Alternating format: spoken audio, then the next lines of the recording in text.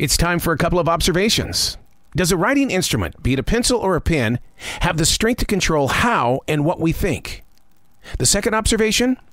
We're talking movies and those famous lines that we can't seem to shake off. My name is Arroe. I am a daily writer, a silent wolf. That means I stand on the sidelines and do nothing but watch, listen, study, and then we activate.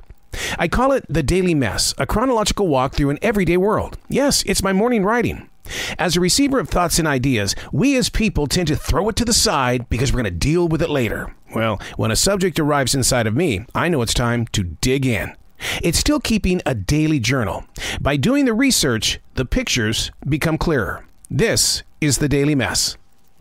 Observation number 47. Being a daily writer of 30 years, I've spoken many times about a writing instrument and how it has the strength to control our mindsets and moods. But how true is that? Technology has changed so much over the past 30 years. The world has gone all out digital. The thought of using a pen or a pencil isn't always someone's first choice. Those still using a pen say the tool in use is a conscious experience. Surprisingly, the color of the pen and the ink inside also plays a huge role on a creative mind. Poet Timothy John says, writing instruments connect his head with his heart. The flow of ink represents the flow of his thoughts. Deb McGann believes a pen is her true connection to what she writes. It allows her to be in control of how she thinks, making it feel more personal. Others say a pen clears the imagination, allowing it to understand things. When you're writing things out, it physically slows down our way of thinking.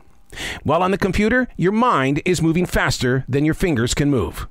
So the question is, does a writing instrument have the strength to control your mindsets? The answer is yes.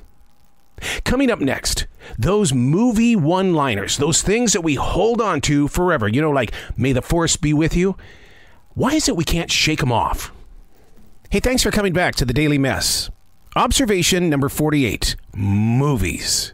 They have always had a way of controlling the things that you and I share. Like, may the force be with you from Star Wars, which has evolved into what's turning into a national holiday. May the 4th be with you. I recently spent some time with actor Cuba Gooding Jr. The one question I didn't want to bring up in our conversation was the impact of his infamous line, "Show me the money." The term bombshell comes from the 1930s when describing actress Jean Harlow. How about Clint Eastwood's "Go Ahead, Make My Day" from Dirty Harry? Everybody has a bucket list, the things that we want to do before we transition. Well, it wasn't a thing until Jack Nicholson and Morgan Freeman brought it up in the movie in 2007 called Bucket List. Other famous lines that we tend to use: I'm going to make him an offer he can't refuse. Come to the dark side. As if from the movie Clueless. I think in our own special way, we'd all like to be remembered for something that we have created or lived by. For instance, like every interview that I do with a famous person or somebody who's up and coming, or even just someone who appears on my podcast, I end every conversation with 2 words. Be brilliant. I'm Arroe, and that's the Daily Mess.